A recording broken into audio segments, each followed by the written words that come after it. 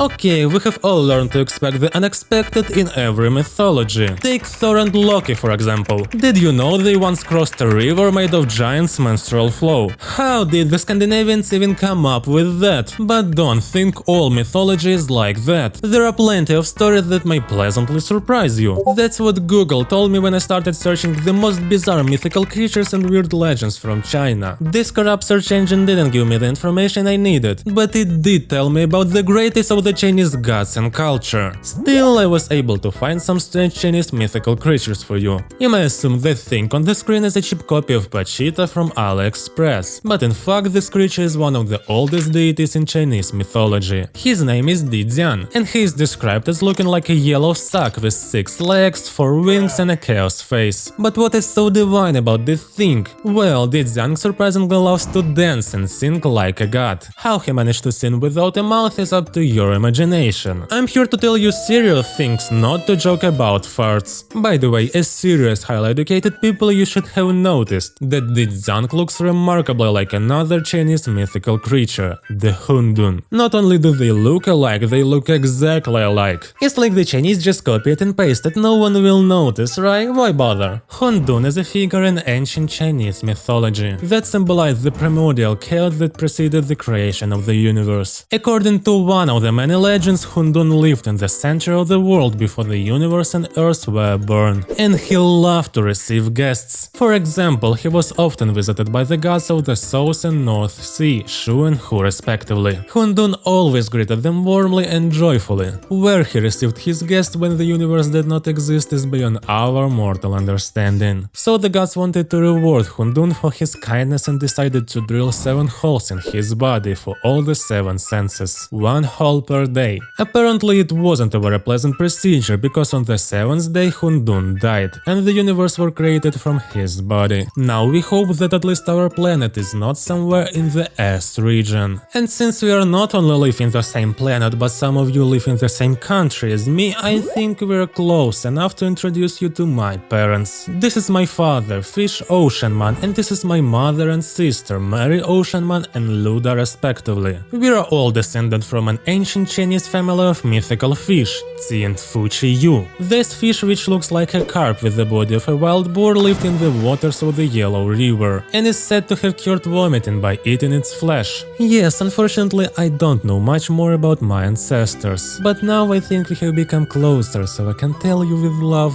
suck my dick. Those of you who are fans of Japanese anime and manga knows that the Sukuna, here it is, has a mouth in the stomach area, but I think he borrowed it from the Chinese Xintian. This decapitated giant once faced the Yellow Emperor himself in battle. The Yellow Emperor is a figure in traditional Chinese religion. He is considered the ancestors of all Chinese and a fighter against evil gods. But our giant actually served another emperor who was an ally of the Yellow Emperor, but somehow the Yellow Emperor turned against his ally, and the giant was very angry about that. But this is not important. The important thing that our big man went to the Yellow Emperor's palace to take revenge and fought him in a battle. The battle wasn't a short one. It wasn't like waving your fist around the school hallway until the teacher noticed. Everything was real, so much so that the two somehow managed to reach the top of one of China's mountains in their duel, where the emperor took advantage of the weaknesses of his opponent's defense and cut off the giant's head with a single blow. But to Yellow's surprise, the opponent didn't die, but fell to his knees and began to feel the ground in search of his cage of brains. Fearing that the giant would find the head and return to his body, the Yellow Emperor struck the mountain, split it in half. As the head rolled between the two halves of the mountain, the earth merged back into one, burying the head deep inside. The headless giant realized that it smelled not like a dick situation, but like a huge dick situation. So he picked up his axe and shield, stood up and lifted them to the sky. What a fool, thought the Yellow Emperor. But surprisingly, Xintian fell into the abyss of total darkness, where his nipples, no joke real nipples, turned into eyes and his navel split open to form a mouth. The Yellow Emperor was furious, of course, and they fought another hellish battle. By the way, I couldn't find any information about who won in the end. All sources tell about it the symbolism of the myth, that you should never give up even if you lose your head. But if you know the result, tell me in the comments, I'm curious. And I'm also curious, who among you dummies still plays Genshin Impact? Impact. I played about 500 hours at one time and permanently deleted my account almost 2 years ago because this company tolerates Russia in the war. But those who played might remember the heroine Chi-Chi. But what you didn't know is that she is based on the Chinese jumping zombie vampire Tianxi. I think these monsters look deadly cool, especially I like that hat, I want one too. Their skin is very pale because Tianxi can't stand sunlight and they usually only appear at night. Unlike ordinary zombies, their bodies do not decompose and they even continue to grow hair and nails. But their eyes are blind, because why do they need those blinders when they out at night? It's dark.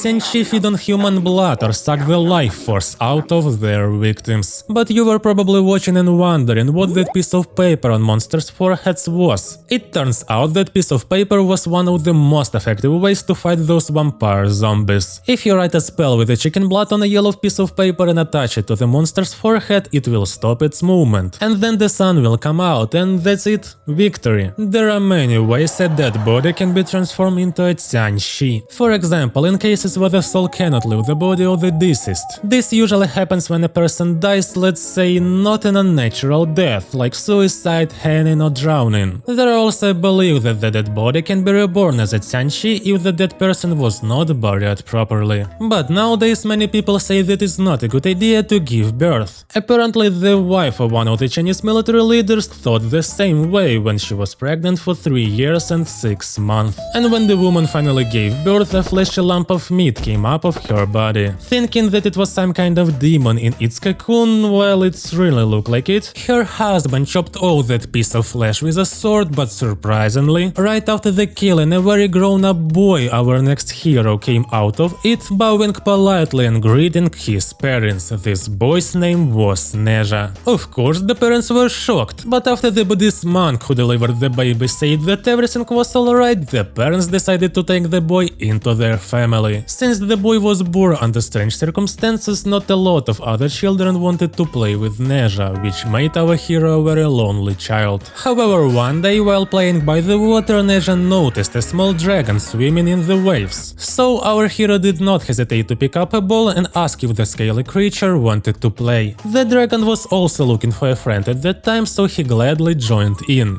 That's how they played together, NeZha and the dragon, two friends. Until one day our hero accidentally strangled his new friend in a game rush. Well, it happens. But since the father of this dragon was none other than Guan himself, you know, the king of the East Sea, a cool man in short, NeZha realized that he would soon be in trouble. Therefore, in order to save his family and all the people of the country, NeZha decided to lose his own life and give his bones and flesh to Guan as payment for his atrocities. However, our hero's soul was troubled because he died at such a young age and was unable to go to the afterlife. One night, NeZha appeared in his mother's dream and asked her to build a temple for him, so that his soul could have a place to rest. Of course, being a good mother, the woman ordered the construction of a temple for her son. But when NeZha's father saw the building, he said that his son had already brought too much shame to the family and destroyed the temple with a hammer. I don't know what kind of shit and sticks the temple was made of that it was destroyed by one person with a hammer. But I'm more interested in how NeZha's father didn't see that his wife had hired builders, and they were obviously building a temple for more than one day. Meanwhile, the Buddhist monk who delivered our NeZha was very sad about this miracle boy. So sad that the monk somehow managed to reborn his spirit in a new body made of lotus roots. And not only reborn, he also gave NeZha a spear with a fiery tip and the wheels of the wind, which allowed him to move with incredible speed.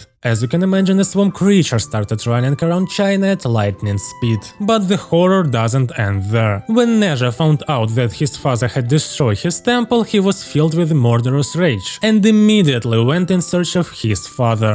That seeing a certain lotus man coming at him at high speed, began to run from his son, hiding behind his second youngest son, Muzha. NeZha quickly found them both and without hesitation killed his brother, who was defending his father, and was about to kill a dead when he was suddenly stopped by two Buddhas. For some reason I thought there was only one Buddha, but Wikipedia says there are infinite numbers of them. Although the Buddhas agreed that the father had treated NeZha unfairly, they reminded our hero that killing parents is a grave sin. And realizing that they were right, NeZha decided to reconcile with his father. As you can see, no one cared about Muzha. It is not a sin to kill your brother, but it's better to do it with the Russians and with something more effective than these stupid weapons in the history of mankind that I talk about in this video.